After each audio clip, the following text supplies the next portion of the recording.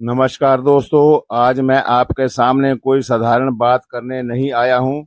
मैं आपके सामने आपके जीवन से जुड़ी एक ऐसी गहराई को छूने वाला हूँ जो ना केवल आपकी सेहत बनाएगी बल्कि आपकी सोच, आपका मन और आपकी आत्मा को बदल देगी। क्या आप जानते हैं कि हमारे अंदर एक छिपी हुई शक्ति है?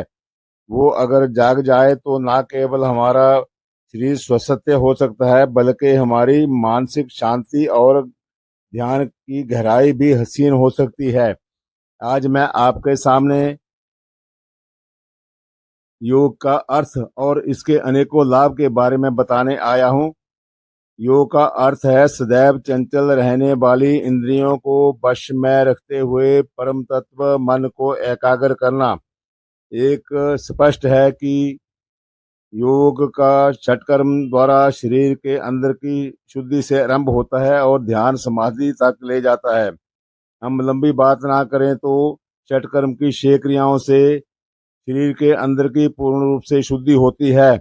आसनों से शरीर में दृढ़ता आती है, प्राणायाम से शरीर में लघुता आती है और मुद्राओं से स्थिरता प्राप्त होती है। प्रत्याहार से धैर्य और ध्यान से प्रत्यक्ष दर्शन होते हैं और समाधि से निर्लिप्तता प्राप्त होती है। इसी तरह हठयोग के अन्य साधनों जैसे आसन, मुद्राएं, प्राणायाम के अनेकों लाभ होते हैं जो इस शरीर की संसारिक यात्रा को अच्छे से चलाने में हमारी सहायता करते हैं। प्राणायाम से हमारी प्राण की नाड़ियां जागृत होती हैं व चंचल मन स्थिरता को प्राप्त होता है। प्रत्याहार से हमारी इंद्रियां व मन अंतर्मुखी होते हैं और हमारे ध्यान में जाने की प्रक्रिया सरल होती है। अतः आपसे मेरा यही निवेदन है कि आप सभी लोग हठयोग को पूर्ण रूप से अपनाएं व किसी अनुभवी गुरु या दक्ष प्रशिक्षक से इसका ज्ञान प्राप्त करें और अपनी दिनचर्या में शामिल करें। इससे हम एक तरफ तो शरीर को स्वस्थ रखते हुए आत्मनिर्भर होंगे व छोटी छोटी बातों पर डॉक्टरों की तलाश नहीं करनी पड़ेगी और स्वस्थ परिवार, स्वस्थ समाज और एक स्वस्थ राष्ट्र का निर्माण करने में बहुत मदद मिले। नमस्कार, आप देख रहे हैं योग करो निरोगी काया। मैं हूं मीडिया नई सुबह का प्रधान संपादक हमवीर सिंह। आज हम आपको मिलाएंगे बहुत बड़ी शख्सियत से। संपूर्ण योग की सभी महत्वपूर्ण क्रियाएं सिखाते हैं योगी तिलकराज धीमान जी और सुलोचना धीमान जी से।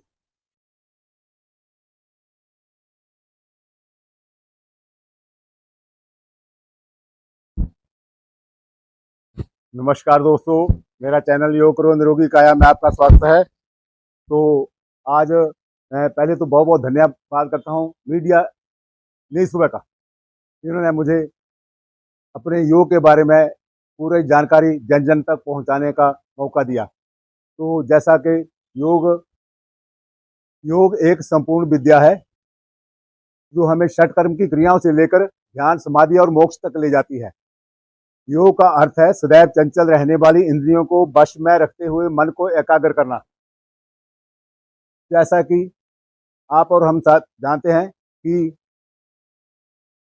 आजकल के इस आधुनिक समाज में, आधुनिक युग में बच्चों से लेकर बड़ों तक तरह तरह के रोग फैल रहे हैं। उनका सीधा संबंध हमारे खान पान पर निर्भर होता है। एक तरफ तो हमने पश्चिमी देशों की तर्ज पर अपना पुराना खान पान, रहन सहन भुला दिया। दूसरी तरफ सबसे महत्वपूर्ण विज्ञान योग और आयुर्वेद को भुला दिया। जबकि हम बहुत सारी रोगों का इलाज योग से बहुत अच्छी आसान योग क्रियाओं से कर सकते हैं, जो कि एक स्थायी इलाज होता है। लेकिन आज देखने में आ रहा है कि कुछ त्रुटिपूर्ण आसन की क्रियाओं को ही योग कह देना या कुछ प्राणायाम की क्रियाओं को ही योग कह देना, जबकि योग एक संपूर्ण विद्या है जो हमें षटकर्म की क्रियाओं से लेके ध्यान, समाधि और मोक्ष तक ले जाती है। योग का अर्थ है सदैव चंचल रहने वाली इंद्रियों को वश में रखते हुए परम तत्व मन को एकाग्र करना।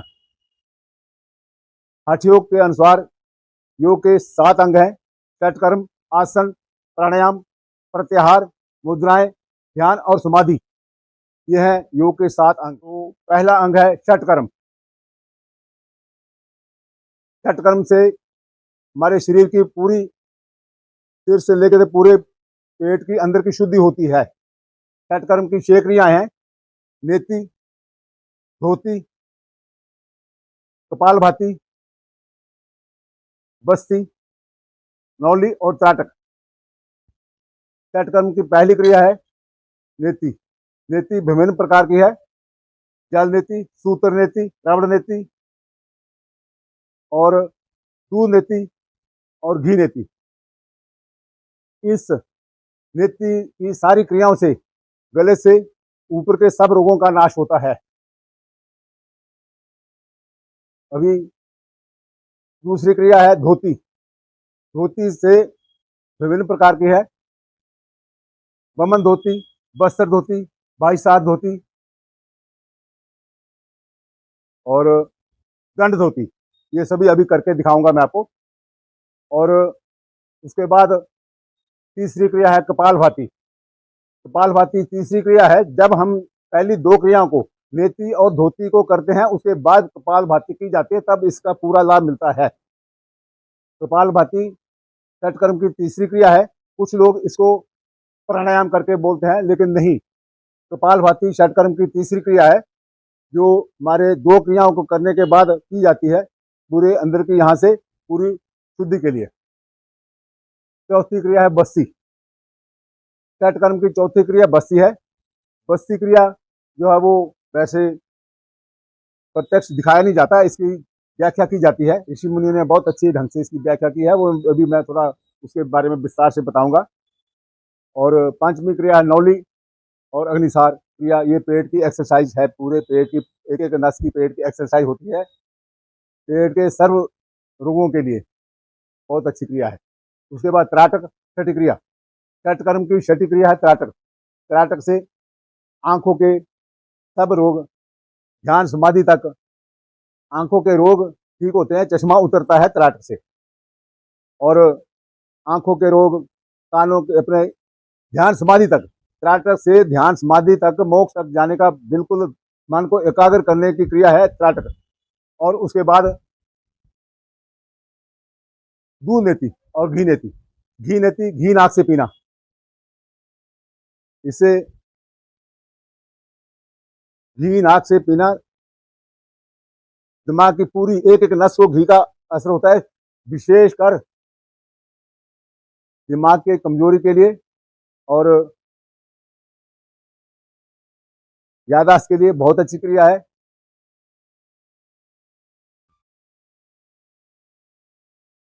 और दूध नेति, दूध नेति बहुत अच्छी क्रिया है इसके लिए, दिमाग के लिए, याददाश्त के लिए, सौंदर्य के लिए। तो आओ हम अभी षटकर्म की पहली क्रिया जल नेति से आज का कार्यक्रम शुरू करते हैं। ये सुलोचना धीमान, जो कि मेरी धर्मपत्नी है, ये पूरी षटकर्म की पहली क्रिया को नेति बड़े अच्छे ढंग से करके दिखाती है। तो ये इसमें पानी है, गुनगुना से थोड़ा ऊपर पानी है ये। तो इसमें ये सेंधा नमक, ये सेंधा नमक है, ये रखा हुआ है। इसमें सेंधा नमक का इस्तेमाल करते हैं। गुनगुना से थोड़ा ऊपर पानी है और सेंधा नमक का इस्तेमाल करते हैं। नमक डालने से क्या होता है, जब हम दिन में पूरा दिन दिनचर्या में काम धंधे में धूल कण, हवा में धूल कण हमारे अंदर जाते हैं नाक से, तो ये नमक से ये एकदम बिल्कुल शुद्ध होता है, इतने हिस्सा ऊपर का। तो ये सुलोचना ध्यान अभी जल नेति, पानी पहले एक नाक से पीना और मुंह से निकालना, फिर दूसरे नाक से पीना और मुंह से निकालना। यह है जल नेति की, जो हठ योग में ऋषि मुनियों ने बताया हुआ है, जल नेति का बिल्कुल करने का तरीका। तो ये सुलोचना ध्यान अभी जल नेति करके दिखा रही है। ध्यान से देखें, पानी नाक से पीना और मुंह से निकालना।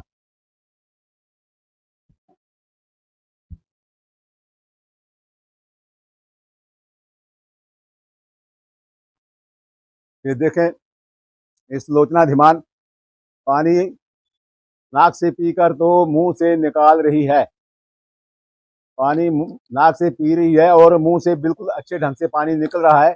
आपके सामने ये सुलोचनाधिमान बहुत अच्छे ढंग से छठ कर्म की पहली क्रिया, योग की पहली क्रिया, दैनिक दिनचर्या की पहली क्रिया बहुत अच्छे ढंग से करके दिखा रही है। पानी नाक से पीना और मुंह से निकालना बहुत अच्छा। इस आंख के रोग, कान के रोग और सबसे गंभीर बीमारी साइनस, साइनस के लिए विशेष लाभकारी क्रिया है ये जल नीति। तो आजकल देखने में आ रहा है कि कुछ लोग जल नीति के लिए एक टूटी वाला लोटा, बड़ी एक अजीब सी बात है। हठ योग में ऋषियों मुनियों ने बताया कि पानी नाक से पीना और मुंह से निकालना, लेकिन आजकल देखने में ये आ रहा है कि पानी टूटी वाले लोटे से एक नाक से डालते हैं और दूसरे से निकालते हैं, फिर दूसरे नाक से डालते हैं तो इधर से निकालते हैं, तो उसका कोई फायदा नहीं। ये पानी सोचनाधिमान, पानी पहले एक नाक से पिया मुंह से निकाला, अभी दूसरे नाक से पी के तो मुंह से निकाल रही है बहुत अच्छे ढंग से। पानी दूसरे नाक से पीकर तो मुंह से निकाला जा रहा है बड़े अच्छे ढंग से। जब हम पानी इधर से डालेंगे इधर निकाल देंगे, इधर से डालेंगे इधर निकाल देंगे, तो उसका कोई फायदा नहीं। यहाँ पर दोनों नासिकाओं का कनेक्शन होता है, तो पानी इधर से डाला इधर निकल गया तो श्वास नली को कोई फायदा नहीं हुआ। ये हमने तो नेति तो है श्वास नली, बिल्कुल नाक से लेके मुंह तक श्वास नली को साफ करना। तो जब पानी इधर से डाले इधर निकल गया कोई फायदा नहीं, तो बड़े अच्छे ढंग से श्वास नली के लिए जल नीति, पानी दोनों नाक से बारी बारी पिया और मुंह से निकाला जल नीति, इसमें विशेष रूप से साइनस की बीमारी के लिए विशेष लाभकारी क्रिया है ये जल नीति, जो दोनों नाक से पानी बारी बारी पी के तो मुंह से निकाला है। और इसमें हल्का सा नमक गुनगुना पानी इसमें पूरे अंदर की है, इससे इस नसों की कान के रोग, आंखों के रोग और साइनस जैसी गंभीर बीमारी को लाभ होता है। ध्यान से देखें। विशेष बात, इस क्रिया को करने के लिए किसी विशेष गुरु या शिक्षक से सीखने के लिए संपर्क करें। अकेले अपने आप अभ्यास ना करें, कोई नुकसान भी हो सकता है। सबसे प्रार्थना है कि अभ्यास करने के लिए पहले एक बार आपको किसी योग्य गुरु से मिलना है। अच्छा, उसके बाद अगली क्रिया, नेति की ही अगली क्रिया है गज करनी। गज करनी, तो गज करने के लिए पानी मुंह से पीना और नाक से निकालना, यह है एक नेति की क्रिया। तो सोचनाधिमान बहुत अच्छे ढंग से ये पानी पिया है और अभी मुंह से निकालेगी। ये अभी पानी पिया है और मुंह से पिया और नाक से निकाल रही है सोचनाधिमान, बड़े अच्छे ढंग से ये। हाँ, अभी देखिए पानी मुंह से पिया और नाक से निकाल रही है सोचनाधिमान बड़े अच्छे ढंग से। योग की सबसे पहली क्रिया, षट कर्म की पहली क्रिया और दैनिक दिनचर्या की पहली क्रिया है ये नेति, और नेति का हिस्सा है ये गज करनी। पानी मुंह से पीना और नाक से निकालना बहुत अच्छे ढंग से, बहुत अच्छे ढंग से सोचनाधिमान ये पानी मुंह से पीकर तो नाक से निकाल रही है। बहुत अच्छा, बहुत अच्छा। अच्छा, अभी विशेष बात, इन क्रिया को अपने आप करने की अभ्यास नहीं करना, पहले एक बार आपको किसी गुरु से, किसी योग्य शिक्षक से संपर्क करना है इनको सीखने के लिए। तो उसके बाद ये एक नीति की दिनचर्या की षट कर्म की पहली क्रिया, योग की पहली क्रिया जल नीति सोचनाधिमान ने बड़ी अच्छे ढंग से करके दिखाई है। तो अगली अगली क्रिया है दूसरी क्रिया, षट कर्म की दूसरी क्रिया है धोती। धोती, जैसा कि हम अपने शरीर को बाहर से, कपड़े को, तन को बाहर से साफ करते हैं, साबुन से धोते हैं, वैसे शरीर को अंदर से धोना है। उसका नाम ऋषि मुनियों ने बड़े अच्छे ढंग से धोती का ये व्याख्या की हुई है। धोती, शरीर को अंदर से धोना, इस तन को अंदर से धोना। अंदर से कैसे धोया जाए, ये तो बड़ी एक अजीब सी बात है। फिर बाहर से तो धो दिया, साबुन से धो दिया, अंदर से शरीर को कैसे धोए? ऋषि मुनियों ने बड़े अच्छे ढंग से इसका पता नहीं कैसे कैसे तपस्या करके उन्होंने इसकी व्याख्या की हुई है।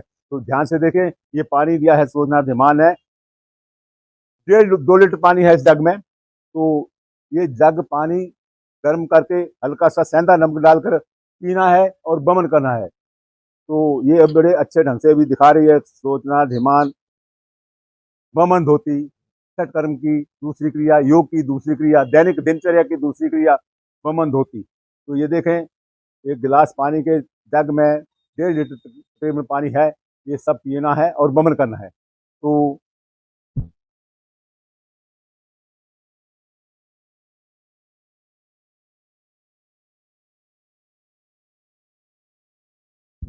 क्या है, जब ये पानी पिया और बमन करेंगे तो गले से नीचे के सब रोग, छाती के रोग, फेफड़े के रोग, लीवर के रोग और अल्सर पीलिया के, गैस कब्ज के सब रोग ठीक होते हैं।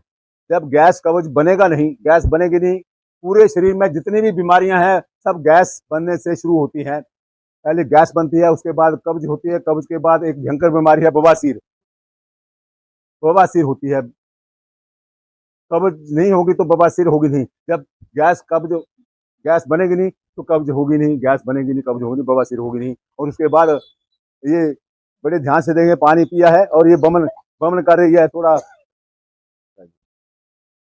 पानी पिया है, 1.5 लीटर पानी पी के तो ये बमन कर रही है, गले में थोड़ा उंगली मार के तो पूरा का पूरा पानी साफ बमन कर रही है, तो पूरा छाती में जमा हुआ बलगम रेशा उसी टाइम तुरंत साफ होता है।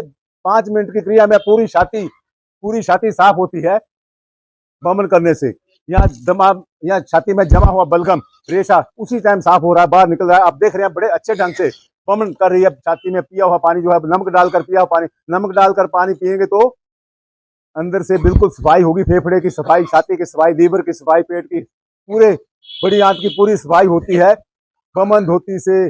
बड़े अच्छे ढंग से सुलोचना ने पानी 1.5 लीटर पानी पी के तो बमन किया है, पानी रेशा पूरा बिल्कुल साफ हो गया, ऊपर से पूरा यहाँ से यहाँ तक पूरा साफ हो गया।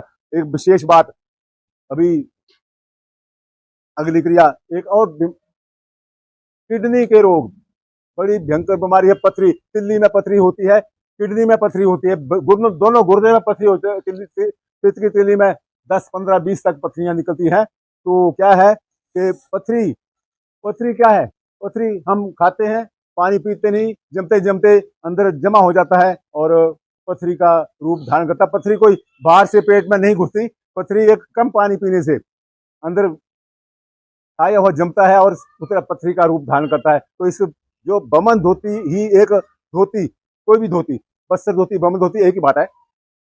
बस्तर धोती करना सबके बस का बात नहीं है, बमन धोती तो हर कोई आदमी कर सकता है। पानी पीना है और बमन करना है, बच्चा बूढ़ा कोई भी कर सकता है। गैस बनती है सुबह उठ के तो खाली पानी पी के बमन करना है, पथरी कभी होगी नहीं, किडनी खराब होगी नहीं और ये पूरा शरीर बिल्कुल साफ रहेगा, स्वस्थ रहेगा। खाली एक जग पानी से गले से नीचे का हिस्सा, एक जग पानी, एक जग पानी से गले से ऊपर का हिस्सा और एक जग पानी से गले से नीचे का हिस्सा, 5 मिनट गले से ऊपर और 5 मिनट गले से नीचे के रोगों का नाश होता है। सिर्फ 10 मिनट का काम है और पैसा एक नया नहीं लगेगा, एक नए टके पैसे का खर्चा नहीं, और पूरा शरीर आपका स्वस्थ रहेगा। उम्र भर 100 साल तक जियोगे, बीमारी कोई लगेगी नहीं। अगर इस धोती क्रिया को करने के लिए किसी को परेशानी है तो मेरे को बताएं, मैं आके करवा दूंगा, या मेरे घर पे आ जाए तो मैं यहाँ करवा दूंगा। 1-2 बार करेंगे, अभ्यास बनेगा, पूरी उम्र 100 साल तक बीमारी होगी नहीं। तो अभी इस सुलोचना धिमान ने 2 क्रियाएं करके दिखाई हैं आपको, जल नेति और गजकरणी और धोती। अभी मैं ये दोनों क्रियाएं, नेति, जल नेति और गजकरणी, मैं दोनों क्रियाएं अभी करके दिखाऊंगा। उसके बाद ये दंड धोती, पानी पीकर तो पाइप अंदर डालकर पाइप से पानी बाहर निकालना, और बस्तर धोती ये मैं अभी करके दिखाऊंगा। उसके बाद अगली क्रिया होगी, तो ध्यान से देखें। जल नेति, पानी दोनों नाक से बारी बारी पीना और मुंह से निकालना। छठ कर्म की पहली क्रिया, योग की पहली क्रिया और दैनिक दिनचर्या की पहली क्रिया है जल नेति। तो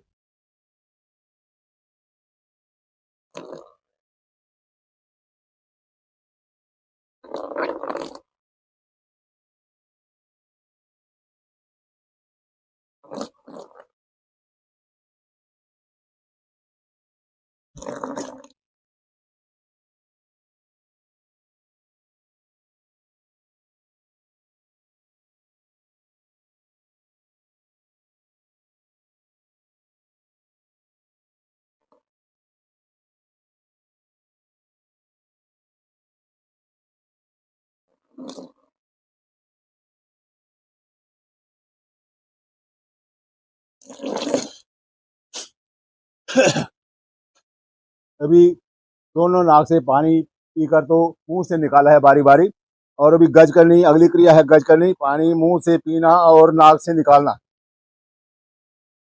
पूरी अंदर श्वास लेने का पूरा फायदा हो रहा है, लाभ, सफाई हो रही है पूरे सिस्टम की।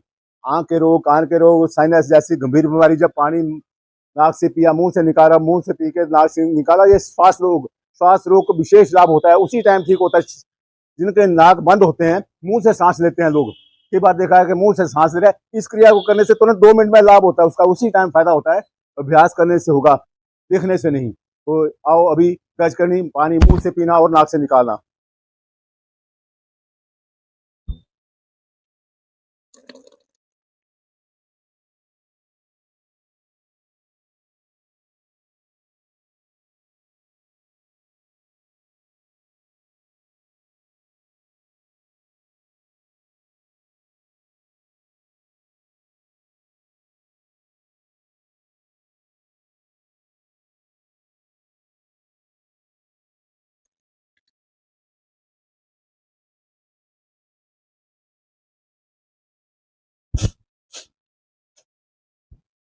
ये अभी देती, एक जग पानी, ध्यान से देखें, एक जग पानी गले से ऊपर के सब रोगों का नाश, और एक जग पानी अभी गले से नीचे के रोगों का इलाज, सब नाश। अभी एक अगली क्रिया है, दूंगा था।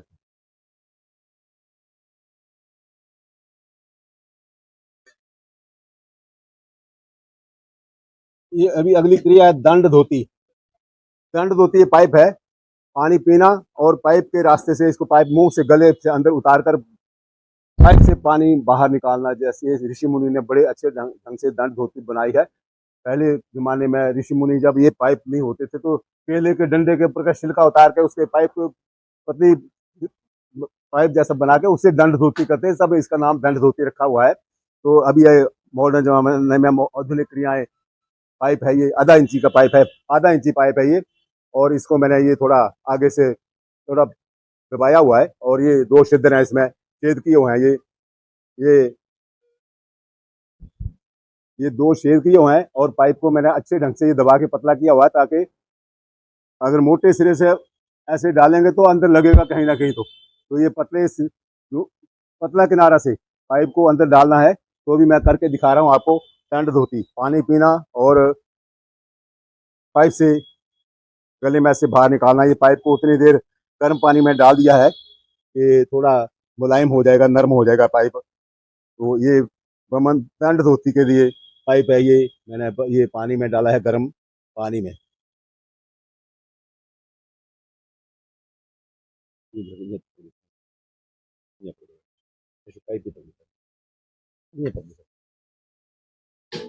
अभी पानी ये 1.5-2 लीटर पानी पीना है और पाइप से बाहर निकालना है इस पानी को। ध्यान से देखें, पानी ये पीना है और पाइप से निकालना है। पेट में ऐसे बड़ी अजीब सा लगेगा देखने वाले के लिए, लेकिन पहली बात है कि खुद इसका अभ्यास कभी नहीं करना, सीखने नहीं कोशिश करना है। पहले किसी गुरु से या योग्य प्रशिक्षक से सीखना है, फिर करना है इसका अभ्यास, नहीं तो नुकसान हो सकता है। विशेष सावधानी बता रहा हूँ। अभी पानी पीना है और वमन करना है।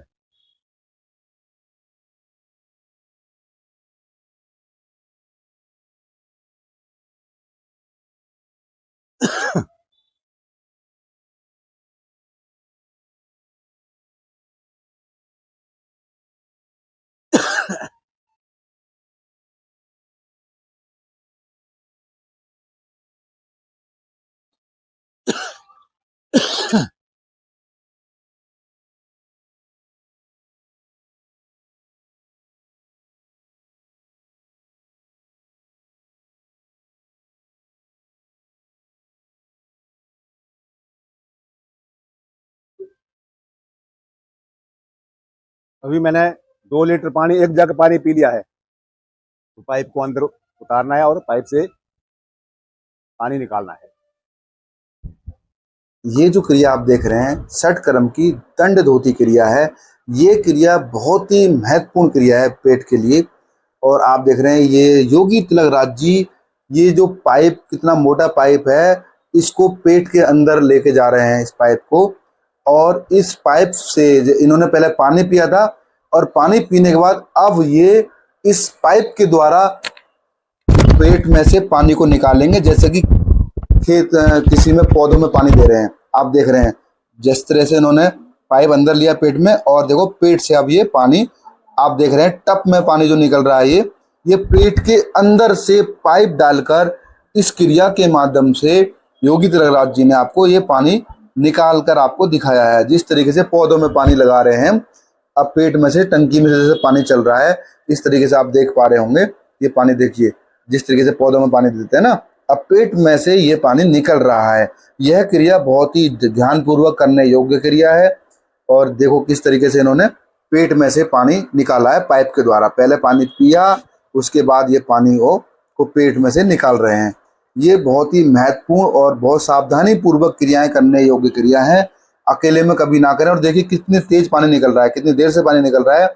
इन्होंने पहले पानी पिया जग के द्वारा, पूरा जग पानी पिया, और उस पानी को पेट के अंदर पाइप डालकर पानी को बाहर निकाल रहे हैं। आप देख पा रहे होंगे जैसे कि पौधों में पानी लगा रहे हैं। ये योगी तिलकराज जी 70 वर्ष के हो चुके हैं, फिर भी बहुत एक्टिव रहते हैं, ताकि योग के माध्यम से, ये सीधा साधा आपके सामने एग्जाम्पल है, योग करो निरोगी काया। ये देखिए किस तरीके से पानी निकाल रहे हैं, जिस तरीके से कि पौधों में पानी देते हैं। ये पानी पेट के द्वारा पाइप अंदर लिया है और पहले पानी पिया था, उसके बाद ये पानी निकाल रहे हैं। आप देख पा रहे होंगे जैसे मान लीजिए किसी टंकी में से पानी निकल रहा है। अब ये पाइप को बाहर निकाल रहे हैं पेट के अंदर से, कितनी सावधानी पूर्वक इतने अब पाइप को बाहर निकाल रहे हैं। आप देख रहे होंगे ये बहुत ही महत्वपूर्ण क्रिया थी। इन्होंने देखिए पाइप बाहर निकाल दिया, और ये पेट के लिए बहुत ही महत्वपूर्ण क्रिया थी। दोस्तों ये थी दंड धोती। मैंने पानी पिया है, एक जग पानी 2 लीटर पानी पी के तो पाइप को यहाँ तक गले तक, यहाँ तक गले से यहाँ तक पेट तक, नाभि तक डाल के तो पानी निकाला है तुरंत। इस क्रिया से तुरंत पेट की किसी किस्म की भी गंदगी बाहर होती है, गैस कब्ज, बवासीर और क्या नाम अल्सर पीलिया जैसे रोग तुरंत ठीक होते हैं। अल्सर पीलिया के लिए विशेष लाभकारी क्रिया, तुरंत उसी टाइम ठीक होता है। पीलिया तो सब बाहर निकल जाएगा, पीला पानी अंदर से, लेकिन इसका अभ्यास अपने आप करना नहीं, किसी गुरु से या किसी परीक्षक से सीख के ही ये करना है इसका अभ्यास। ये दंड धोती मैंने बड़े अच्छे ढंग से आपको करके दिया है। पानी पूरा जितना पिया था उतना पाइप से बाहर निकल गया।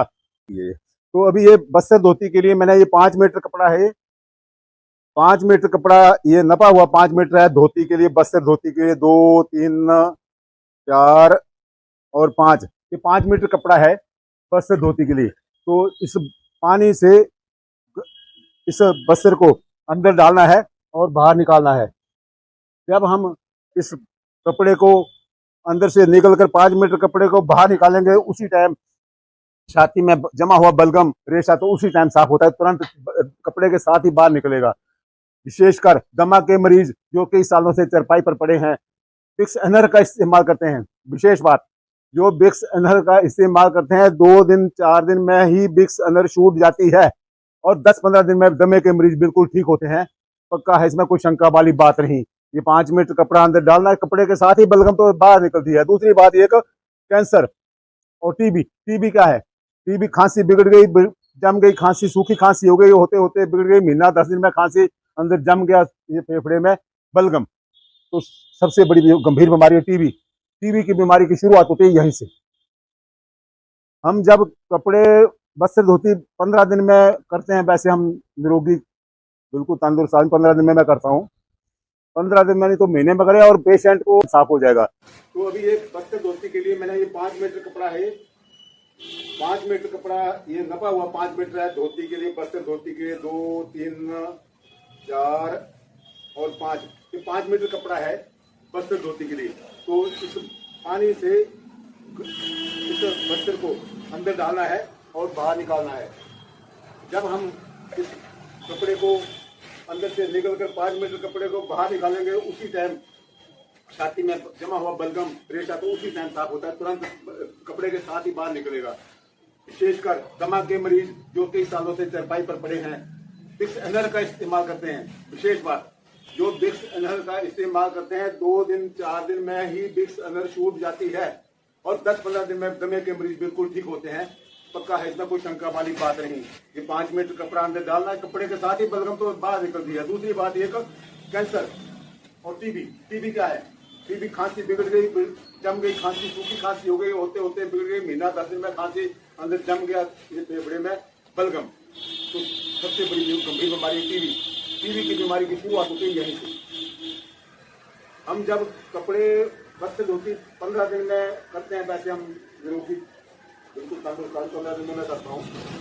15 दिन में तो महीने में करे। और पेशेंट को टीबी की स्टार्टिंग में अगर वस्त्र धोती करा दी तो टीबी इससे ठीक होगा, पक्का है, इसमें कोई शंका वाली बात नहीं। छाती में जमा हुआ बलगम तो उसी टाइम साफ हो जाएगा। और कैंसर भी क्या है, मुंह का गले का कैंसर क्या होता है, अंदर खाते पीते अंदर पक गया, गंदगी जम गई, इतना मोटा हो गया, बढ़ते बढ़ते अगर बस्तर धोती करेंगे वो गला तो साफ हो जाएगा, तुरंत उसी टाइम साफ हो जाएगा, 10-15 दिन में ये भी बिल्कुल बीमारी साफ होती है। अगर स्टार्टिंग में पता लग जाए, शुरुआती में पता लग जाएगा तो अभी हम एक बस्तर धोती शुरू करेंगे आपके सामने। तो 5 मीटर कपड़ा है ये, इसको हमें ये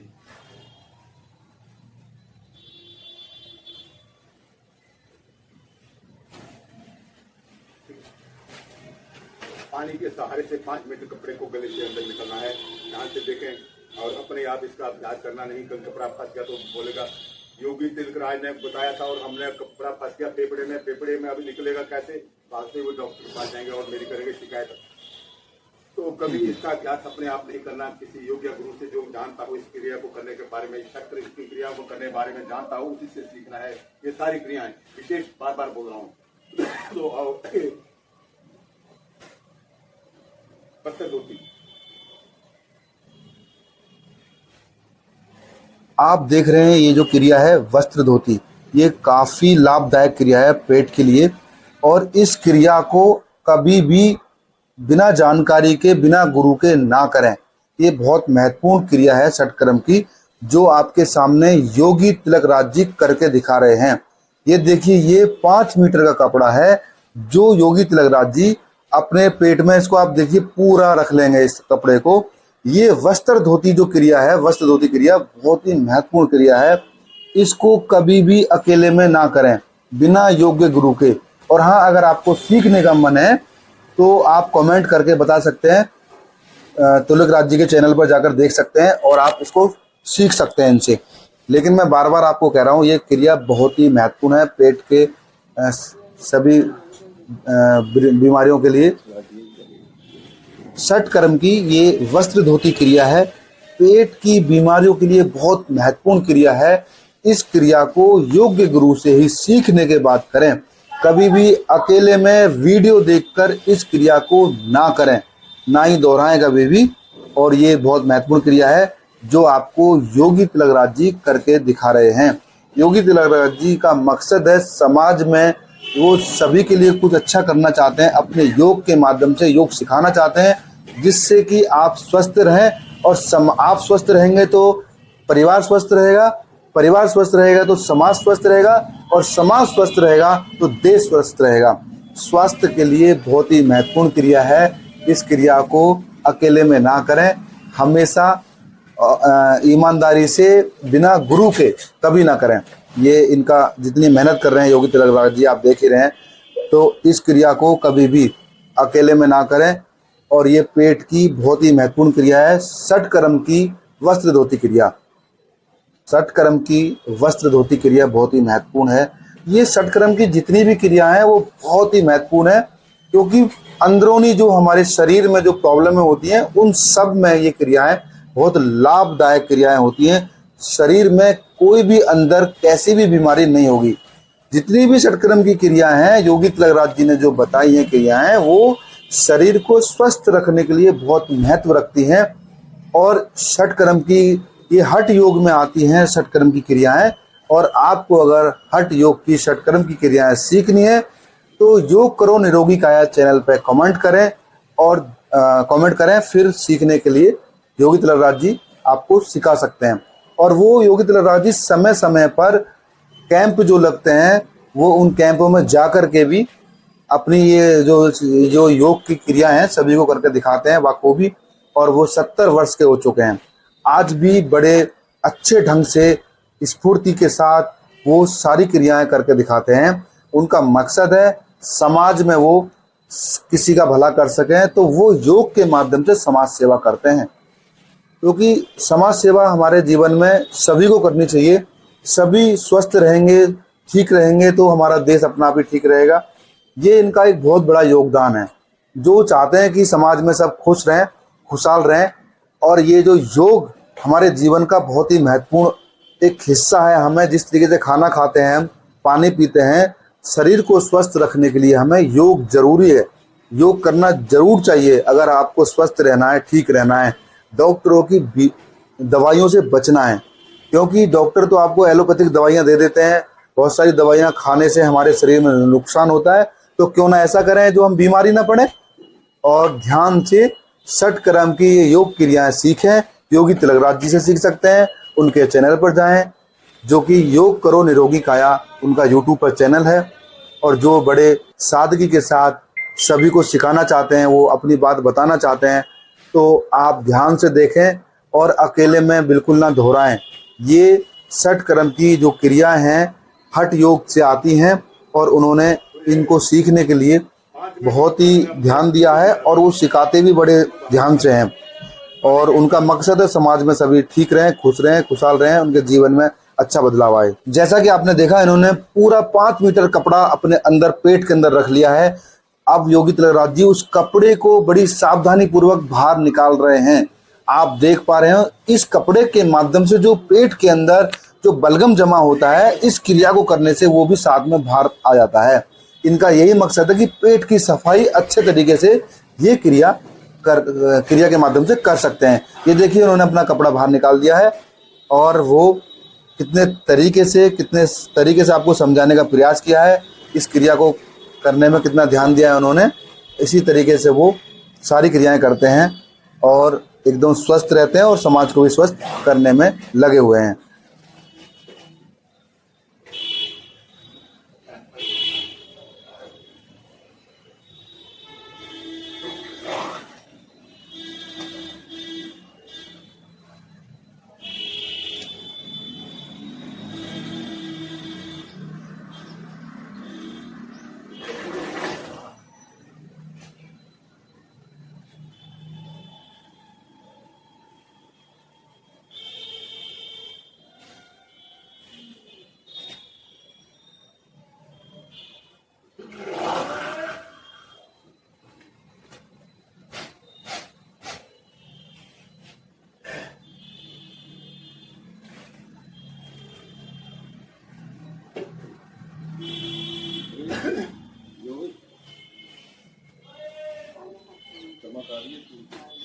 तो दोस्तों, अभी मैंने ये 5 मीटर कपड़ा अंदर निकाल दिया बाहर। इससे क्या हुआ, छाती में जमा हुआ बलगम रेशा उसी टाइम साफ हो गया। और ये लीवर का पूरे अंदर की सफाई हो गई। और इस क्रिया को करने से विशेष बात है, दमे के मरीज तो 2-4 दिन में जो विक्स अंदर इस्तेमाल करते हैं, 2-4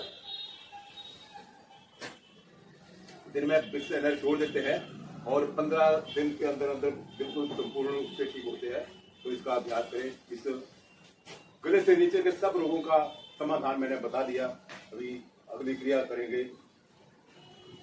अच्छा दोस्तों, अब ये हमने आपको बड़े अच्छे ढंग से पहली क्रिया, योग की पहली क्रिया, षट कर्म की पहली क्रिया और दिनचर्या की पहली क्रिया, जल नीति और बमन धोती, वस्त्र धोती, दंड धोती, ये सब करके दिखाया है बिल्कुल अच्छे ढंग से।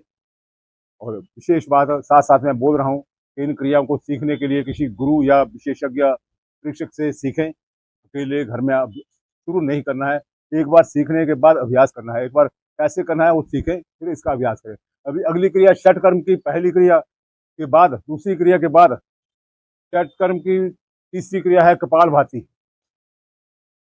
तो कपालभाति क्या है, जब हम पहली क्रिया नेति गजकरनी और दूसरी क्रिया धोती, वस्त्र धोती, दंड धोती और बमन धोती कर लिया, उसके बाद ही तीसरी क्रिया कपालभाति को करने का विशेष लाभ होता है।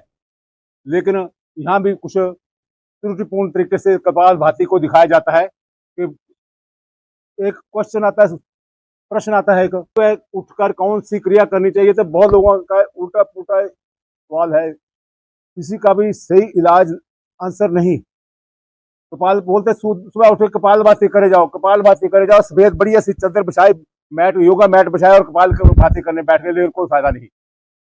ऐसे कपाल भाती का कोई फायदा नहीं, अगर होगा तो सालों में होगा इसका फायदा लाभ।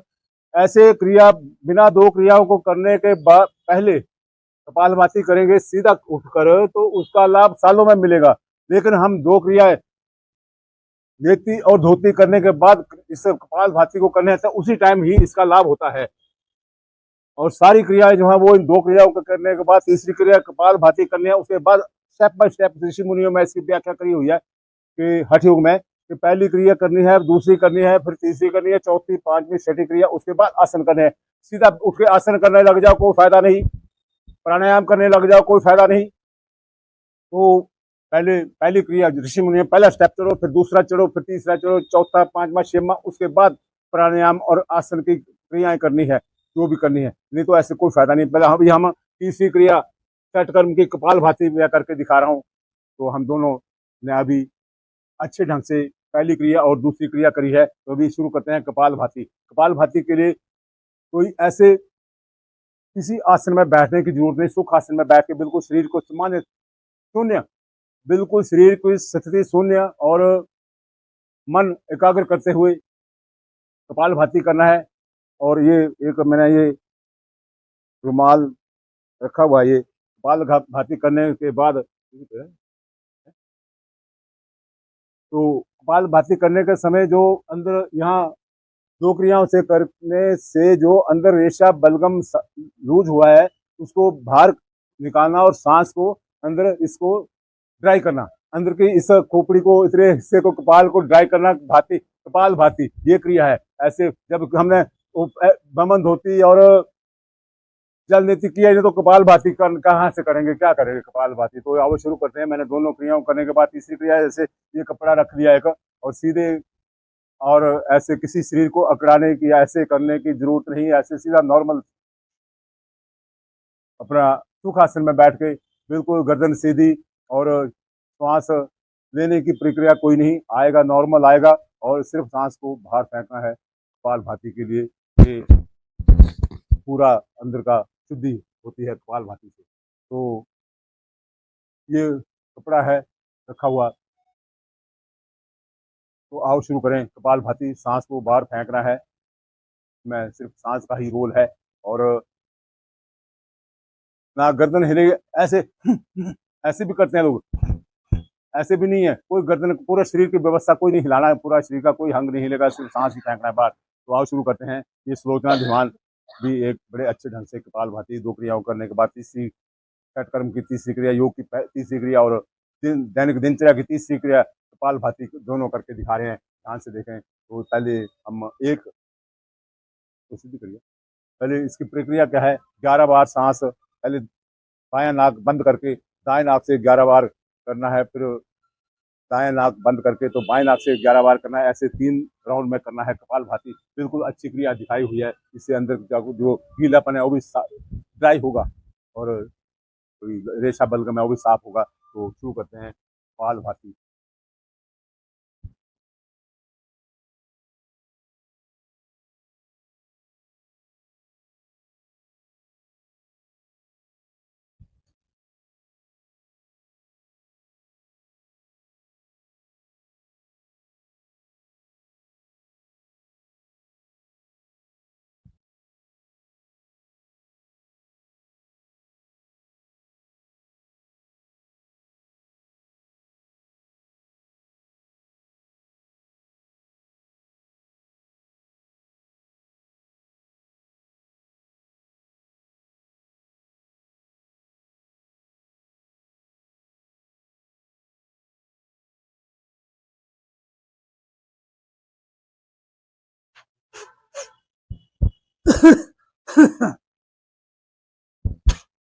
ये साथ साथ में अंदर से जो कपाल भाती से जो पहली दो क्रियाओं करने के बाद जो अंदर पेशाब बलगम वगैरह लूज हुआ वो भी सब बाहर निकलेगा, लेकिन तभी निकलेगा जब अंदर पहले दो क्रियाएं करी होगी तब। अभी एक राउंड हो गया, दूसरा राउंड करेंगे अभी।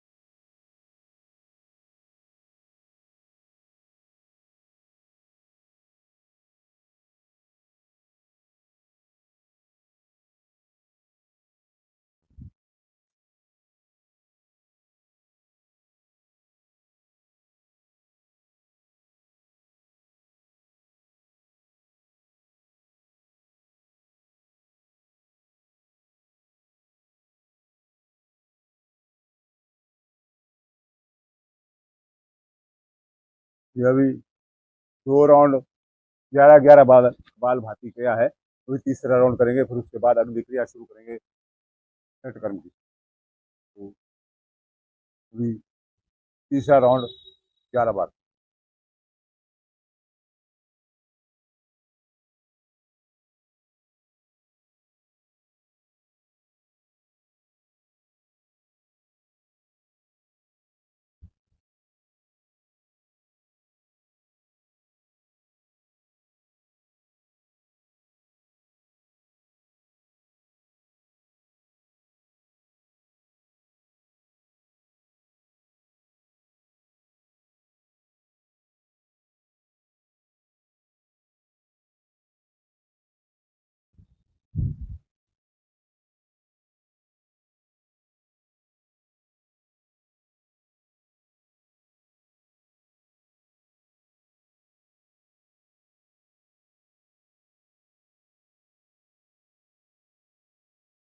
तो ये भी 3 राउंड हमने 11-11 बार बाल भाती किया है, और ये तो करना ही है, इतना तो करना ही है। बाकी आपके पास जितना समय करें, ज़्यादा से ज़्यादा करें, ज़्यादा लाभ होगा और तुरंत लाभ होगा दो क्रियाओं के करने के बाद तीसरी क्रिया का। तो अभी ये हो गई छठ कर्म की 3 क्रियाएं। अभी चौथी क्रिया क्या है? चौथी क्रिया है बस्ती। ये छठ कर्म की चौथी क्रिया जो बस्ती है, बड़ी विचित्र क्रिया है ये। तो इसके लिए ऋषि मुनियों ने नीचे की बड़ी आंत, छोटी आंत की सफाई के लिए, बड़ी आंत की सफाई की तो बहुत क्रियाएं बहुत अच्छे ढंग से दिखा दी, लेकिन ये चौथी क्रिया जो है वो बस्ती क्रिया, इसको प्रत्यक्ष दिखाया नहीं जाता, इसकी व्याख्या की जाती है। तो ये बाथरूम में या कहीं तालाब बहते पानी में इसकी क्रिया को किया जाता है। तो कैसे करना है इस क्रिया को करने के लिए? बड़े टप में तो मेरे पास तो ये छोटा टप है, गरीब आदमी हूँ, जो मौके पर आया आपको दिखाने के लिए मैं कर रहा हूँ। तो ये टप है, इस पानी से भर के बड़े टब में ऐसे उकड़ू आसन में बैठना है। ऐसे उकड़ू आसन में बैठकर तो इस बस्ती क्रिया को किया जाता है। उकड़ू आसन में ऐसे बैठ के तो सांस पूरा बाहर निकाल के, पेट खाली, पेट पूरा अंदर जाएगा, सांस पूरा बाहर आएगा। सांस को छाती पे रोकते हुए, बंद लगाते हुए, तो पेट पूरा अंदर। फिर जब सांस को यहीं रोके रखना है और पेट को जब छोड़ेंगे तो पानी जो है वो गुदा मार्ग से पेट में जाएगा। ये है बस्ती क्रिया, बहुत अच्छी क्रिया है ये, और पेट की छोटी आंत की सफाई के लिए बहुत अच्छी क्रिया है। ऋषि मुनियों में इसकी व्याख्या की हुई है। तो इससे कब्ज के और बवासीर के रोग ठीक होते हैं। इस क्रिया को करने से 8 दिन के अंदर अंदर बवासीर के मरीज ठीक होते हैं। ये तो पक्का है, इसमें कोई शंका वाली बात नहीं। जब और एक बात विशेष, एक विशेष बात इसमें एक और क्रिया है छठ कर्म की, शंख प्रचलन। शंख प्रचलन में क्या है? शंख प्रचलन एक पूरे शरीर की छोटी, ये तो मैंने वैसे पहले दो क्रिया में एक बड़ी आंत के लिए और गले से नीचे के सबकी पूरी सफाई के लिए अलग अलग क्रियाएं बताई हैं। शंख प्रचलन एक ऐसी क्रिया है जो एक ही क्रिया से, एक ही क्रिया, एक जग पानी, एक जग पानी और एक ही क्रिया है शंख प्रचलन। एक जग पानी से पूरे शरीर के अंदर की सफाई, धुलाई, धुलाई भी बोल सकते हैं, सफाई भी बोल सकते हैं, होती है। शंख प्रचलन क्या है? एक जग पानी, कम नहीं होना चाहिए, 1.5 लीटर या 2 लीटर पानी पीना है, कम नहीं पीना, कम पियोगे तो नुकसान करेगा। नमक डाल के, सेंधा नमक का इस्तेमाल करना और नमक डाल के ही शंख प्रचलन की क्रिया होती है। नमक डाल के पानी पीना है और बमन नहीं करना। जब पानी पिएंगे, बमन नहीं करेंगे तो थोड़ा घर के आसपास टहलना, 10 या 15 मिनट में 3 बार पेट साफ होता है। 3 बार पेट साफ होता है तुरंत, उसी टाइम। शंख प्रचलन से उसी टाइम पेट साफ होता है। शंख प्रचलन, पेट कब्ज एक ऐसी, पेट फूलना, कब्ज होना एक ऐसी बीमारी है, डॉक्टर को पास रात को इमरजेंसी में कई पेशेंट दिन में उल्टा पुल्टा खाते हैं, रात को इमरजेंसी में नर्सिंग होम में भर्ती होते हैं, सुबह तक आईसीयू में रखा जाता है, ग्लूकोज चढ़ाया जाता है, शाम को 5-10 हजार रुपया ठुक जाएगा उनका, लग जाएगा, ठुक जाएगा, गलत बोल दिया मैंने। तो आपका तन भी स्वस्थ होगा और मन भी स्वस्थ होगा, धन भी बचेगा। छोटी मोटी इन पेट की किसी बीमारियों के पास, डॉक्टर के पास नहीं जाना पड़ेगा। एक जग पानी और पूरे अंदर की सफाई, शंख प्रचलन। किसी किस्म की भी गंदगी पेट में रहेगी नहीं। विशेष बात, गुप्त रोगों के लिए, औरतों के गुप्त रोगों के लिए रसौली, रसौली और बवासीर जैसी बीमारियों के लिए शंख प्रचलन बहुत अच्छी क्रिया है। बवासीर तो उसी टाइम ठीक होते हैं। शुगर, शुगर जैसी बीमारी 8 दिन लगातार, शुगर का पेशेंट 400-500 शुगर वाला पेशेंट 8 दिन लगातार, बीच में एक दिन छोड़ के शंख प्रचलन की क्रिया करता है, बाकी दिन में वमन धोती करता है। तो 8 दिन के अंदर अंदर हम शुगर के पेशेंट को ठीक किए हुए हैं। और आप करके देख लें, जो शुगर के पेशेंट है मेरे साथ संपर्क करें, मीडिया नहीं सुबह के साथ संपर्क करें मेरे साथ, और मैं विधि बता दूंगा, करके दिखा दूंगा। कोई पेशेंट है तो मेरे पास आ जाए, मैं घर में करवा दूंगा 8 दिन लगातार। और उसके बाद चलना है, पहले 2 घंटे कम से कम चलना है। शुगर के पेशेंट को शंख प्रचलन करने के बाद 2 घंटे चलना है लगातार, बैठना नहीं। और खाने के लिए, शुगर के पेशेंट को खाने के लिए क्या है कि सुबह फल का ही नाश्ता करना है, कोई भी फल जो सूट करता हो शुगर के लिए। और दोपहर को खानी है खिचड़ी, मूंग की दाल की खिचड़ी ही खानी, नमक मिर्च मसाले के बगैर। नमक डाल, हल्दी, नमक हल्दी डालना स्वाद अनुसार, बाकी मिर्च मसाला को इस्तेमाल नहीं करना। शुगर ठीक होगी, पक्का है, कोई शंका वाली बात नहीं। मैंने 400-500 वाले शुगर 8 दिन में पेशेंट की करिए हुए हैं। तो ध्यान से देखें, संपर्क करें और चैनल को देखते जाएं साथ में। पहले मैं शुगर के लिए, हर बीमारी के लिए वीडियो डाली हुई है, उसका भी देखते रहें। और अभी एक जग पानी से मैं बता दिया, एक जग पानी गले से ऊपर की शुद्धि और एक जग पानी गले से नीचे की शुद्धि के लिए 2 जग पानी, सिर्फ 4 लीटर पानी का इस्तेमाल ही आपको उम्र भर निरोगी रखेगा। विशेष बात का ध्यान रखें, एक 4 लीटर पानी पूरे अंदर की शुद्धि और उम्र भर निरोगी, निरोगी काया के लिए योग करें। दिन की शुरुआत, दैनिक दिनचर्या की शुरुआत छठ कर्म की क्रियाओं से करें। हमेशा सुखी रहोगे, निरोगी रहोगे, तंदुरुस्त रहोगे। मैंने कई बार मतलब फेसबुक पे भी और इंस्टाग्राम पे, यूट्यूब पे ये बार बार बोला हुआ है, कई बार बोल दिया मैंने, हजारों बार बोल दिया वहां जब से कि योगी काया के लिए, निरोगी काया के लिए योग करें। दिन की शुरुआत, दैनिक दिनचर्या की शुरुआत छठ कर्म की क्रियाओं से करें। हमेशा सुखी रहोगे, निरोगी रहोगे, तंदुरुस्त रहोगे। तो अभी अगली क्रिया है, बहुत अच्छी क्रिया, छठ कर्म की क्रिया है अगली, घी नीति। घी नीति क्या है? विशेष बात है, लोग बोले घी नाक से पीना, घी नीति है घी नाक से पीना। कोई बोलेगा यार ये तो बड़ा एक अजीब सा योगी बाबा टकर गया कि घी नाक से पीना, बड़ी 75 बार है ये, लेकिन घी नाक से पीना ऋषि मुनि ने बड़े अच्छे ढंग से इसकी व्याख्या की है। घी नाक से पिएंगे तो ये दिमाग की, इस सिर से ऊपर की हर एक एक नस को उसका लाभ होता है। नर्वस, विशेषकर नर्वस सिस्टम को, विशेष न्यूरो प्रॉब्लम के लिए विशेष लाभकारी क्रिया है घी नीति। उसी टाइम अभी घी नीति कर लो, आपको 1 घंटे के अंदर अंदर उसका लाभ मिलने शुरू हो जाएगा। 2-4 दिन लगातार करने से डिप्रेशन के पेशेंट, मेंटल पेशेंट ठीक होते हैं 10-15 दिन में। हमने कईयों को अभ्यास, इसका घी नीति का अभ्यास कराया हुआ है। लेकिन विशेष बात, कुछ लोगों देखने में आता है, लोग बोलते हैं कि सोते टाइम घी ड्रॉप से नाक में डालना, दुखी हो जाओगे, परेशान हो जाओगे। जब सोते टाइम घी डालेंगे तो वो अंदर एसी में और पंखे कूलर के आगे सो रहे हैं, गर्मी का मौसम है, तो घी अंदर जम जाएगा, बहुत बड़ा नुकसान हो जाए, भयंकर नुकसान हो जाएगा।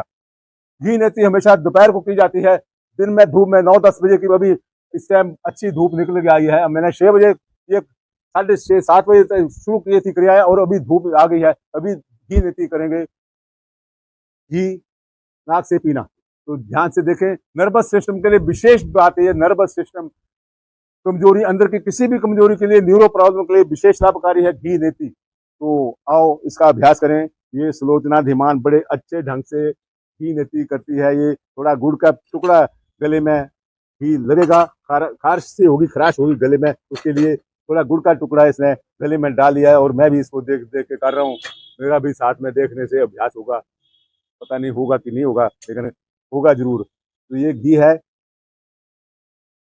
घी नीति के लिए ये इतना घी कम से कम 25-30 ग्राम तक घी होगा।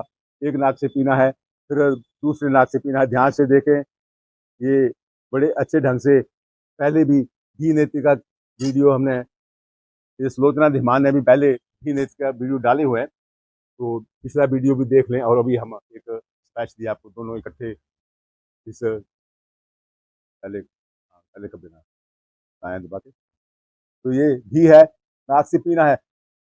जैसे पानी पीते हैं, जल नीति के लिए पानी नाक से पी के मुंह से निकाला जाता है, घी पी के पी जाना है। घी एक एक नस को, पूरे शरीर की एक एक नस को इसका लाभ होता है तुरंत।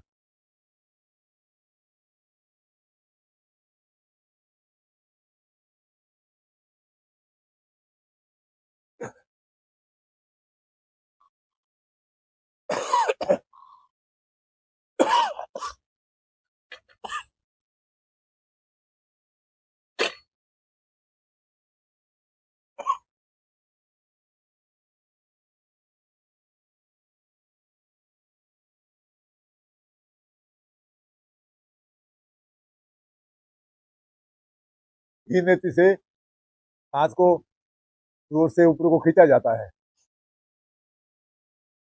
घी का एक एक नस में घी का जो असर होता है, घी नीति से पूरे दिमाग की, पूरी मस्तिष्क की, पूरी एक एक नस को लाभ होता है, और पूरे शरीर की एक एक नस को, नर्वस सिस्टम को पूरा लाभ होता है। अभी एक नाक से घी ले लिया है, अब दूसरे नाक से घी पीना है।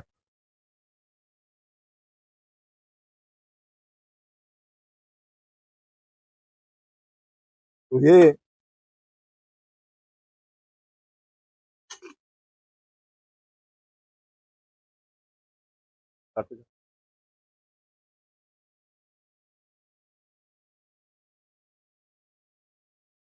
अच्छा होता है, रहने दे,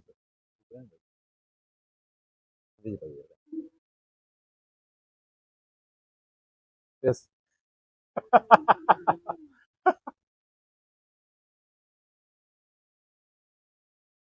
तो अभी दूसरे नाक से घी पिया जा रहा है, ध्यान से देखें। ये कम से कम 25-30-40 ग्राम घी है, और दूसरे नाक से पीना है।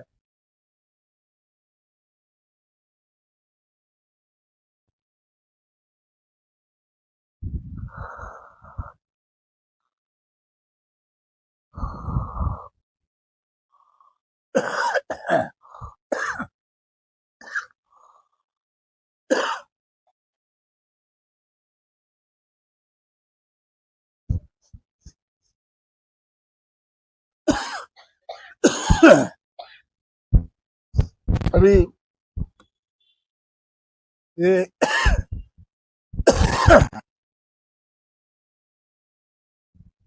घी नीति क्या है, इसके बाद घी नीति के बाद शवासन किया जाता है। और शवासन का मतलब यह है कि सीधा लेट के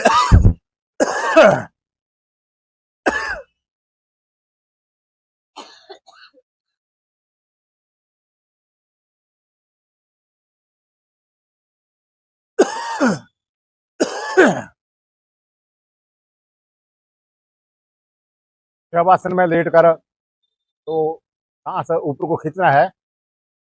इससे क्या होगा, कोई भी एक बूंद घी की यहाँ पर अटकी हो गई कहीं तीसरे हिस्से में, गले से ऊपर के किसी भी हिस्से में, नस नस में, दिमाग में कहीं एक बूंद अटकी होगी घी की, तो जब सांस को खींचेंगे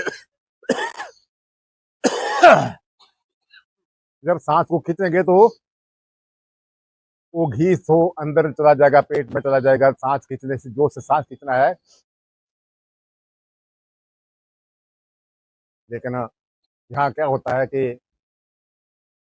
वीडियो तो बनाना है तो समय भी 15-20 मिनट एक में लग जाएंगे, लेट में तो बोलेंगे तो पूरा दिन का एक ही वीडियो हो जाएगा, तो बहुत लंबा हो जाएगा। तो हम ये करके दिखा रहे हैं। लेकिन आपने क्या करना है, जिससे घी नीति करनी है, 15-20 मिनट धूप है, लेटना है शवासन में। बहुत अच्छी क्रिया है पूरे दिमाग के लिए, मस्तिष्क की हर बीमारी के लिए, गले से ऊपर के सब रोगों के लिए, कमजोरी के लिए, दिमागी कमजोरी के लिए, और विशेषकर नर्वस सिस्टम के लिए बहुत अच्छी क्रिया है घी नीति। तो ये लोचना धीमान ने बड़े अच्छे ढंग से घी नीति किया है। ये निरोगी काया के लिए पूरा सत्कर्म का संदेश देती है, लोगों को सिखाती है और करवाती है। पार्कों में जाके हमने कई बार हमने पार्कों में जाके लोगों को कितना बार सिखाया हुआ, दिखाया हुआ करके सारे षटकर्म की क्रिया को। पहली क्रिया है षटकर्म की दूध नीति, बहुत अच्छी क्रिया है। आपको दूध एक एक गिलास दोनों नाक से पीना है। एक एक गिलास आप सोचेंगे कि दूध भी कभी नाक से पीने वाली है, मैं पहली बार देख रहे हैं तो बड़े हैरानी भी होगी। और थोड़ा ये दूध है, गाय का दूध है ये, और घी भी गाय का घी था, जो हमने देसी घी, गाय सींग वाली घी, गाय का घी गाँव से मंगाया, अपने घर का घी। और ये भी अपने दूध सींग वाली देसी गाय का दूध है। ये विशेष लाभकारी दूध है ये गाय का नेति के लिए। तो ये दूध बारी बारी दोनों नाक से पीना बिल्कुल बहुत बढ़िया अच्छी क्रिया है। ऋषि मुनियों ने इसकी रचना की हुई है, व्याख्या की हुई है इसकी बड़े अच्छे ढंग से, दिमाग के लिए और कमजोर यादाश्त के लिए, विशेषकर सौंदर्य के लिए, चेहरे में चमक रौनक के लिए, सौंदर्य के लिए बहुत अच्छी क्रिया है। और बीपी शुगर, बीपी के लिए, ब्लड प्रेशर के लिए बहुत सबसे अच्छी क्रिया है। 8 दिन, 10 दिन, 15 दिन डेली लगातार घी नीति करने से ब्लड प्रेशर ठीक होता है। वैसे हम तो खैर हफ्ते में एक बार घी नीति, दूध नीति सब करते हैं। जल नीति और वस्त्र धोती, बम धोती डेली करना है, बम धोती और जल नीति। और उसके बाद की ये क्रियाएं डेली करने की नहीं, इसको अगर पेशेंट है कोई तो डेली करे, एक हफ्ते में उसका लाभ मिलेगा। और बाकी हम तो हर हफ्ते में एक बार करते हैं ये दूध नीति घी नीति। तो आओ इसका अभ्यास कैसे करना है। ये नाक को, दाएं नाक को बंद करके बाएं नाक से दूध पीना है, पेट में जाएगा सारा दूध। लेकिन इसमें भी मैंने यूट्यूब पे देखा, बहुत से लोग घी नीति के लिए भी इतना बड़ा भयंकर योग को त्रुटिपूर्ण क्रिया तरीके से दर्शाया जा रहा है। बहुत सारी क्रियाओं को योग की हठ योग के मुताबिक जो बताया हुआ उसको देखा ही नहीं किसी ने, सुना नहीं, पढ़ा नहीं। और घी नीति, जल नीति की तरह घी दूध नीति को गलत तरीके से दर्शाया जा रहा है। टूटी वाले लोटे से दूध एक नाक से पीते हैं, दूसरे से निकाल देते हैं, और फिर इधर से पीते हैं, इधर निकाल देते हैं। बड़ा दुख होता है, बहुत दुख। मैं बहुत दुखी हूँ इस बात से कि घी भी, दूध नीति भी कभी एक नाक से पी के दूसरे से निकाल दिया, क्या फायदा हुआ इसका। लोगों को बेवकूफ बनाने के लिए, लोगों को बेवकूफ बनाया जा रहा है अपने वीडियो बनाने के चक्कर में, व्यूज बनाने के चक्कर में भी ये दूध को गलत तरीके से दूध नीति को दर्शाया जा रहा है। तो ध्यान से देखें दूध नीति क्या है। पहले एक नाक को बंद करके दूसरे नाक से दूध पीना है, मुंह से निकालना नहीं। लेकिन एक टूटी वाले लोटे से तो दूध को इस नाक से पी डालकर तो दूसरे से निकाला, पता नहीं कहाँ से सीख लिया उन्होंने, किसने सिखा दिया। मैं बड़ा दुखी हूँ इस बात से। लेकिन अभी देखो ये दूध नीति, पहले दाएं नाक को बंद करके, बाएं नाक को बंद करके तो दाएं नाक से दूध पीना है। ये देखें दूध, एक गिलास दूध है ये। तो ये दूध नीति बड़े अच्छे ढंग से सोचना ध्यान भी करके दिखा रही है। तो दूध नीति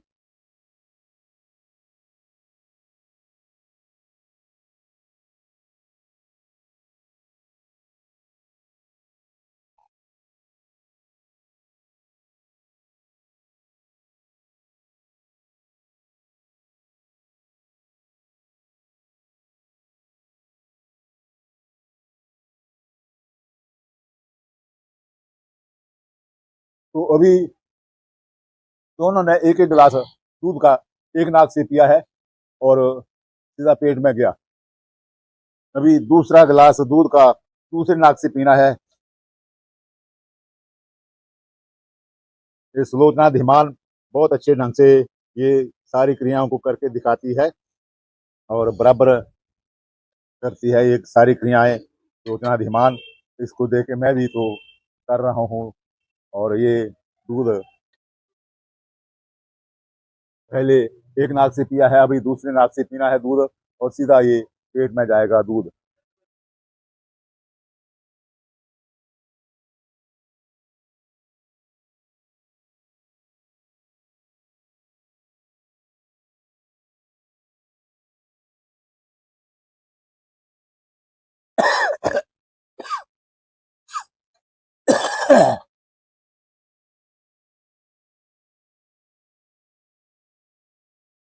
तो ये रोजना धिमान है। अभी ये दूध एक एक गिलास दूध, मजा आ गया बस। तो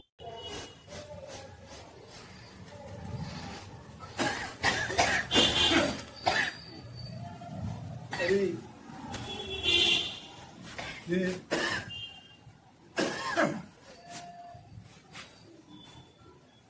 घी नृत्य किया है। इसके बाद घी नृत्य के बाद शवासन किया जाता है। और शवासन का मतलब यह है कि सीधा लेट के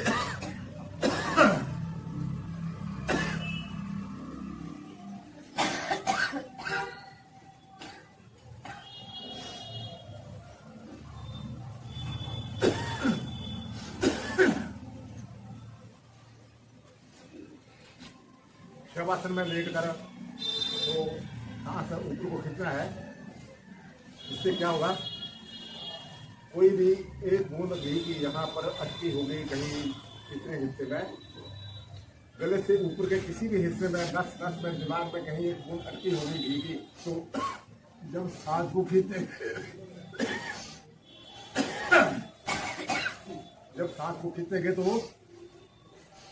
वो घी तो अंदर चला जाएगा, पेट में चला जाएगा। सांस खींचने से जोर से सांस खींचना है।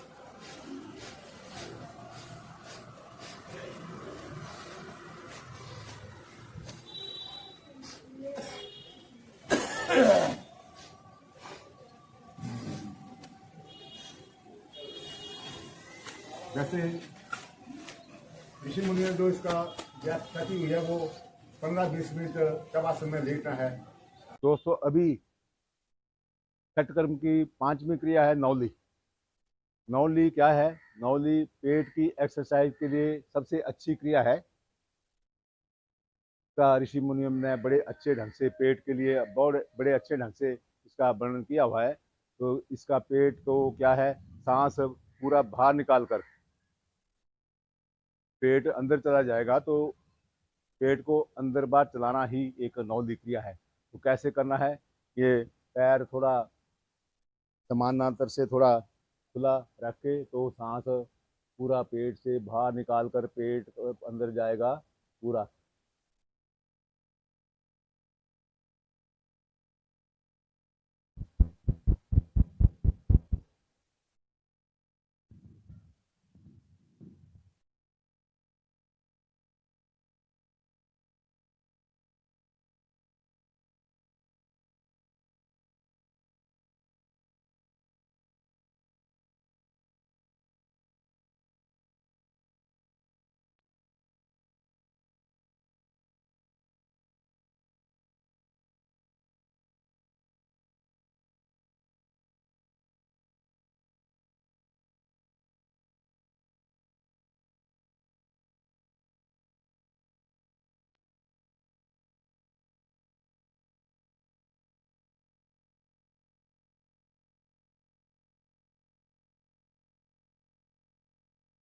त्राटक कर्म की छठी क्रिया है त्राटक। ऋषि मुनियों ने इसकी व्याख्या की हुई है। छठी क्रिया जो त्राटक है, ये मन को एकाग्र करने के लिए, परम तत्व मन को एकाग्र करने के लिए, ध्यान को अपने मन को, तन को, ध्यान को अपने एक जगह टिकाने के लिए।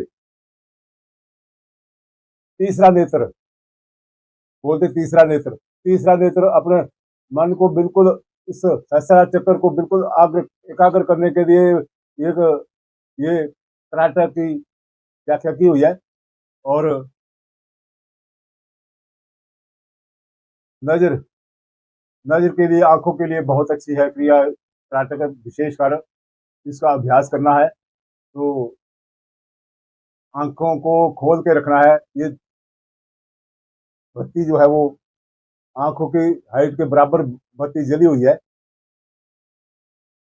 इसको करीब 4 फुट दूरी पर है ये बत्ती जली हुई। दीवा बहुत अच्छा दीवा जला हुआ है। तो नजर को इस पर टिका के रखना है बिना आंख झपके हुए। बिना आंख झपके हुए त्राटक करना जो है वो एकदम निगाह टिका के रखना, जितनी देर हो सके, 2 मिनट, 3 मिनट, 5 मिनट तक। लंबा अभ्यास करने से मन एकाग्र होता है, ध्यान लगता है। ध्यान समाधि तक के लिए बहुत अच्छी क्रिया है त्राटक। जितनी देर हो सके आंखें खोल के बिना आंख झपके हुए इस लो पर टिका के रखनी है आंखें। मन सुख आसन में बैठकर अपने शरीर को शून्य में रखते हुए और त्राटक करना है। बहुत अच्छी क्रिया है त्राटक। और दूसरी बात, विशेष बात, आंखों के लिए जो है वो क्या करना है, आंखों की एक्सरसाइज है ये। उंगली को ऐसे यहाँ पर रोक के रखना और इस दीपक की लौ को देखते हुए धीरे से उंगली को आगे तक ले जाना। फिर यहाँ रुकना है 2, 4, 5 सेकंड के लिए रुकना है। फिर वापस आना है धीरे धीरे और यहाँ रुकना है। दोनों आंखें खोल के बिना झपके हुए, बिना आंख झपके हुए खोल के रखनी है आंखें और फिर धीरे धीरे वापस जाना है। त्राटक क्रिया बहुत अच्छी क्रिया है ये। चश्मा उतरता है और अगर लगा नहीं है तो लगेगा नहीं। चश्मा नहीं लगा है तो लगेगा नहीं, लगा है तो उतर जाएगा। आराम से जाना है, आराम से वापस आना है। रुकना है 2, 4, 5 सेकंड, वापस आना है। यहाँ भी रुकना है 2, 4, 5 सेकंड। बहुत अच्छी क्रिया है। एक नए पैसे का खर्चा नहीं, घर में बैठे बैठे करना है इस क्रिया को। उसके बाद जो बच्चे, कई बार देखा है कि बच्चे बार बार ऐसे ऐसे आंखें झपकते हैं। कई बार छोटे छोटे बच्चे, 2, 4, 5, 8, 10 साल के बच्चे, 15 साल के, 20 साल, फिर जब आदत पड़ जाती है तो बड़े होने तक तो यही आदत रहती है। बार बार ऐसे ऐसे करते रहते हैं, बिना बिना सामने वाला सोचता पता नहीं क्या कर रहा है। बड़ा अजीब सा लगता है किसी के सामने देखते हैं कि ऐसे ऐसे करना, तो बड़ा अजीब। वो ऐसे आंखों के रोगी, आंखों के जो बार बार झपकने वाले हैं, वो इस क्रिया को करने से लगातार सुबह, दोपहर, शाम एक दीपक जला के, सुबह तो करना ही है, दोपहर को भी हो सके तो करें, तो सुबह शाम 2 बार इसका अभ्यास करें। 8 दिन में आंख झपकने की बीमारी ठीक होगी, मैं कोई शंका नहीं। यहाँ जाना है, रुकना है 1, 2, 5 सेकंड और वापस धीरे धीरे आना है और यहाँ भी रुकना है 2, 4, 5 सेकंड तक। बहुत अच्छी क्रिया है ये। 8 दिन के अंदर अंदर बार बार आंख झपकने वाले बच्चे ठीक होते हैं। बड़े भी ठीक हो सकते हैं, लेकिन मैंने बच्चों को अभ्यास किया, कराया हुआ है। अब उसके बाद कुछ बच्चे हैं तिरछी आंखों से देखने वाले। तिरछी आंख से देखते हैं बच्चे, देख रहे होते हैं इधर और हमें लगता है कि इधर देख रहे हैं, बड़ा अजीब सा लगता है। तो उसके लिए भी बहुत अच्छी क्रिया है, तिरछी आंखों से देखने वाले बच्चों को भी इसका अभ्यास कराएं। तो ये यहाँ रुकना है और 2, 4, 5 सेकंड तक रुक के फिर धीरे धीरे वापस जाना है। यहाँ भी रुकना है, फिर धीरे धीरे आंखों की बिना झपके हुए उंगली की तरफ देखते हुए लो तक जाना है, ऐसे दीपक की लो तक। बहुत अच्छी क्रिया है ये आंखों की हर बीमारी के लिए।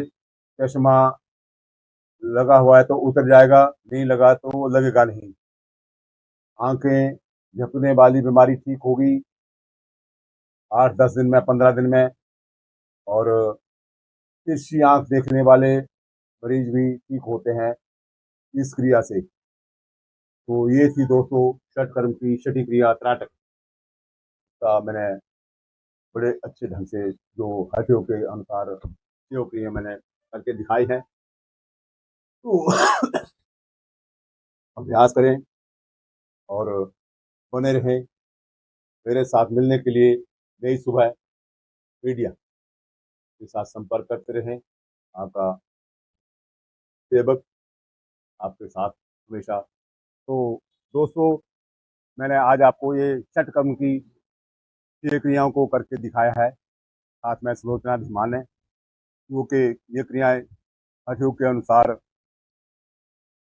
वर्णित की गई है, तो मैंने अच्छे ढंग से विस्तार से करके दिखाया है। तो आपसे प्रार्थना कि निरोगी काया के लिए योग करें। दिन की शुरुआत, दैनिक दिनचर्या की शुरुआत छठ कर्म की क्रियाओं से करें। हमेशा सुखी रहोगे, निरोगी रहोगे, तंदुरुस्त रहोगे। और मेरा अपना अनुभव है कि ये छठ कर्म की क्रियाएं ही पूरे शरीर के अंदर की व्यवस्था को ठीक रखने के लिए काफी है, और हठयोग में भी यही बताया गया है। तो अतः आपसे प्रार्थना है कि दिनचर्या की शुरुआत हठयोग के मुताबिक, दैनिक दिनचर्या की शुरुआत छठ कर्म की क्रियाओं से करें। तो उससे क्या होगा, आपका तन सुसह्य होगा, मन सुसह्य होगा। तन और मन सुसह्य होगा तो धन भी बचेगा। छोटी मोटी किसी भी बीमारी के लिए डॉक्टर के पास नहीं जाना पड़ेगा, और आपका परिवार सुसह्य रहेगा। आपके परिवार को सुसह्य रखने में मदद मिलेगी। आपका समाज को सुसह्य रखने में मदद मिलेगी सिर्फ छठ कर्म की क्रियाओं से। और अपने राष्ट्र को भी सुसह्य निरोगी रखने में मदद मिलेगी। और एक विशेष बात, अपने योग की सारी क्रियाओं को जब आप करते हैं तो बच्चों को सामने करें। बच्चों को सिखाने की जरूरत नहीं पड़ेगी, कहीं सीखने की जरूरत नहीं पड़ेगी। जो आप कर रहे हैं बच्चे तो अपने आप करने लग जाएंगे। ये विशेष संदेश है कि बच्चों के सामने कुछ योग की क्रियाओं को करने से बच्चों को असर पड़ता है, और बच्चे हमेशा छोटी मोटी बीमारियों के लिए क्या स्पेशलिस्ट के पास जाना पड़ेगा, बच्चों को लेके वो नहीं जाना पड़ेगा। तो अंत में मेरी प्रार्थना कि निरोगी काया के लिए योग करें। दिन की शुरुआत, दैनिक दिनचर्या की शुरुआत छठ कर्म की क्रियाओं से ही करें। और मेरा चैनल योग करो निरोगी काया को सब्सक्राइब, शेयर और कमेंट में जरूर कुछ ना कुछ लिखें, ताकि अगर मुझसे कोई कमियां या गलतियां हुई हो तो मैं आगे के लिए उसका सुधार करूंगा और आपकी सेवा करूंगा सच्चे मन से। और किसी को, कोई भी व्यक्ति, मैं निष्काम भाव से फ्री सेवा, मानव सेवा के आधार पर ये बोल रहा हूँ कि अगर कोई भी ग्रुप, योगा ग्रुप दिल्ली में या दिल्ली से बाहर या पूरे भारत में कहीं भी अगर इन क्रियाओं को सीखने के लिए या देखने का इच्छुक हो तो मीडिया यही सुबह के से संपर्क करें। मैं फ्री में आपकी सेवा करूंगा और ये क्रियाओं को सिखाऊंगा। जय हिंद, जय श्री राम।